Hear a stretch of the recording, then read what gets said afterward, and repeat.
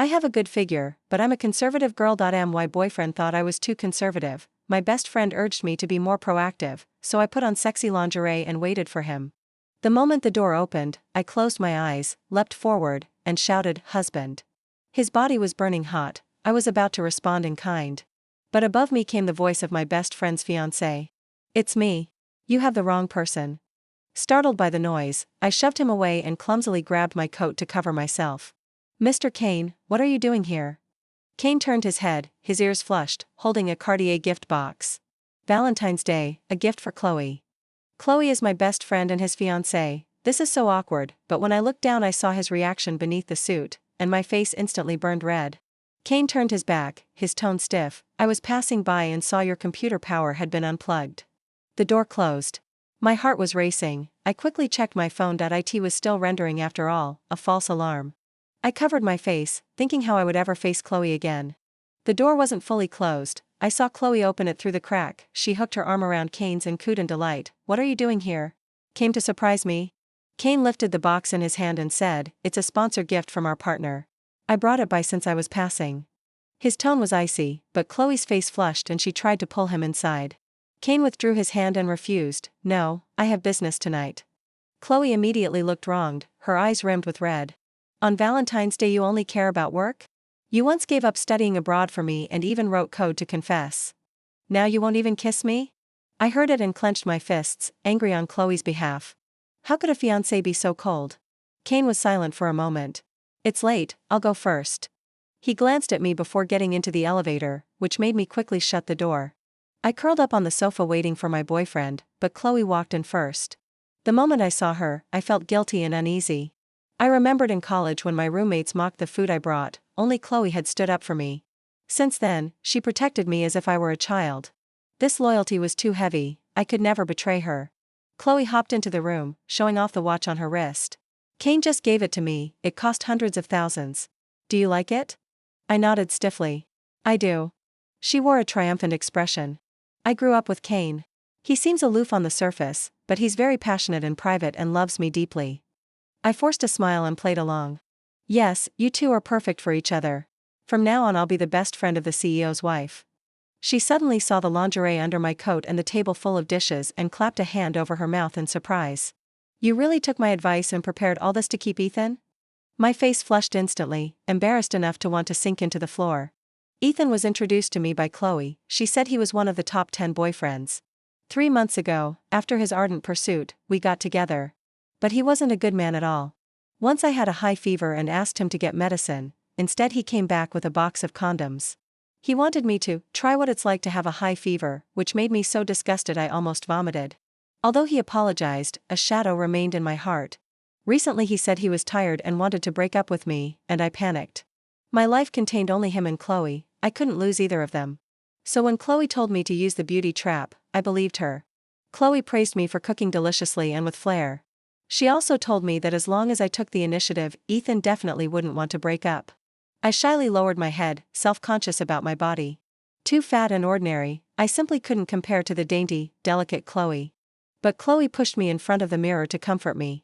She said that in a lover's eyes, I was the best. Before she left, she even guaranteed that Ethan definitely loved me. Hearing that, I actually felt a little embarrassed. Only when the house quieted down did I realize something was wrong. Ethan's car had arrived early, but he hadn't come upstairs. I called him. He said he was changing the air conditioner filter. After hanging up, I noticed a condom was missing from the table, so I went to the convenience store to buy one. I took a shortcut back to the parking lot, past the charging station, and unexpectedly saw 2 people kissing. I was about to walk around them when the left car door suddenly opened and a hand jerked me into the car. I turned back in terror and it was Kane. "He hasn't left yet." I fell into his arms. I was about to struggle when he grabbed my neck. His chin hovered near my lips, his voice low. "Don't move. Look beside you." That couple were leaning against the car door, getting intimate. The woman panted mockingly, "Ethan, aren't you going up? Your girlfriend is waiting for you in sexy lingerie." Hearing Chloe's voice, I felt as if struck by lightning. Ethan sneered, "Her? She can't compare to a single strand of your hair." He said coldly, "If it weren't for you wanting something thrilling back then, why would I have been with her?" Chloe traced circles on his chest, but I thought she had a voluptuous figure, and the way she dressed was pretty tempting. Ethan teased her while touching her. Baby, I only have feelings for you. They tidied their collars, and Ethan promised, I won't touch her when I go upstairs. I'll wait until she's asleep and then come find you. Chloe scoffed, who would care? She asked again, what if she finds out? Ethan sneered, she's just a pitiable nobody no one wants. If I give her a little charity she'll be grateful. So what if she finds out? Footsteps faded away, and it felt as if the blood in my body had congealed. Anger and sorrow intertwined. Why would the person I trusted most treat me like a plaything? Kane brushed the corner of my mouth, his eyes filled with pity. Don't bite, I understand. Back then I also saw her cheating, which is why I went abroad. I trembled, tears streaming. Mr. Kane, do you hate her? He grabbed the nape of my neck. Be with me, even if it's just to get revenge, can you? I shook as I took the condom from my pocket, holding back my tears. Is having an affair exciting? I want to try it too. His face darkened, and he reacted. I didn't pull away, instead I smiled. Looks like I'm quite attractive to Chloe's fiancé. Kane took me back to the villa, the very place Chloe always dreamed of living in. She had only been there once, but I recognized it at a glance. To get my revenge, I seduced Kane with everything I had. Mr. Kane, don't you want it? You reacted the moment you first saw me? Kane couldn't bear it and pressed me down after a few kisses. The corners of his eyes were reddened, he buttoned his shirt and pretended to be the aloof CEO. I'm going to take a shower. Tonight you'll stay in the first room on the left on the second floor. Chloe had said he was a tidy freak, she must have been very upset just now. We were both wildly vengeful to get back at her. I walked to the liquor cabinet, remembering how Chloe had once mocked that I'd only ever be her maid. She said that from now on she would drink Lafite on the terrace, and I'd be there to wait on her. So the truth really is hidden in a joke. I chose the brandy in the corner. If she's so obsessed with it, I'll try it for her. Kane had just come out of the bathroom when I was already dead drunk. He snatched the wineglass away and frowned, saying I had drunk too much. I didn't listen at all. I reached out to start unbuttoning his clothes. His Adam's apple bobbed as he reached behind and pulled out handcuffs, cuffing me. I thought it was some kind of playful role play and smiled inwardly. But he solemnly dragged me into the bathroom to wash up.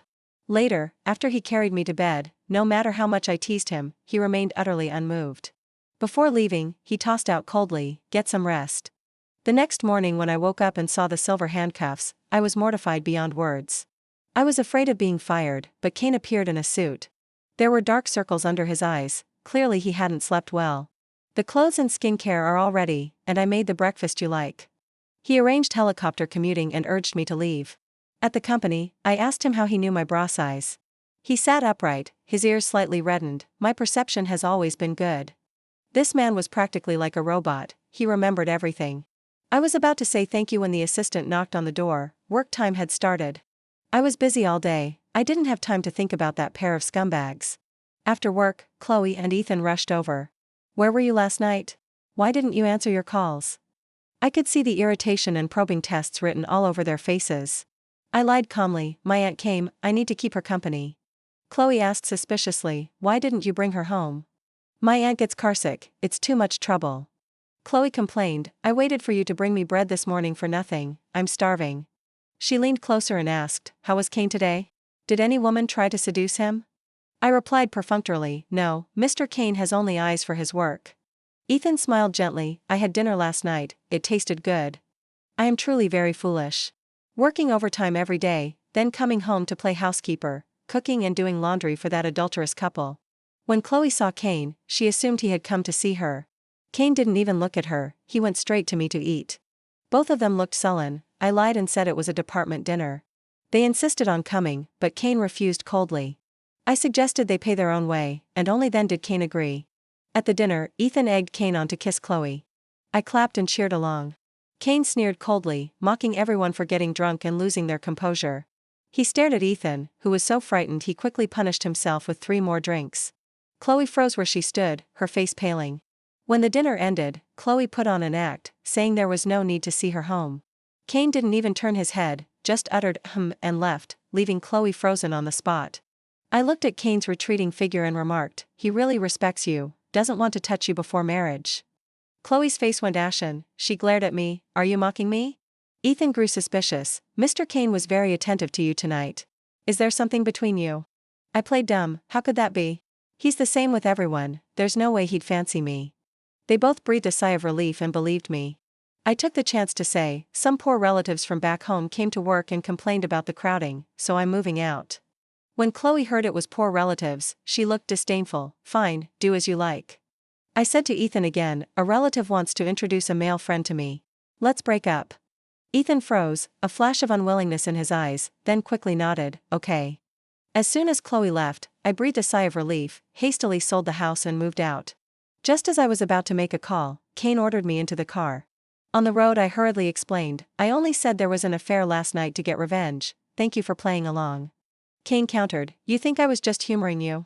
I panicked and tried to get away, drop me off by the side of the road, I'll forget about last night. The car screeched to a halt, the doors locked, and Kane lunged at me, trapping me. He pinched my chin and stared at me, you want to forget?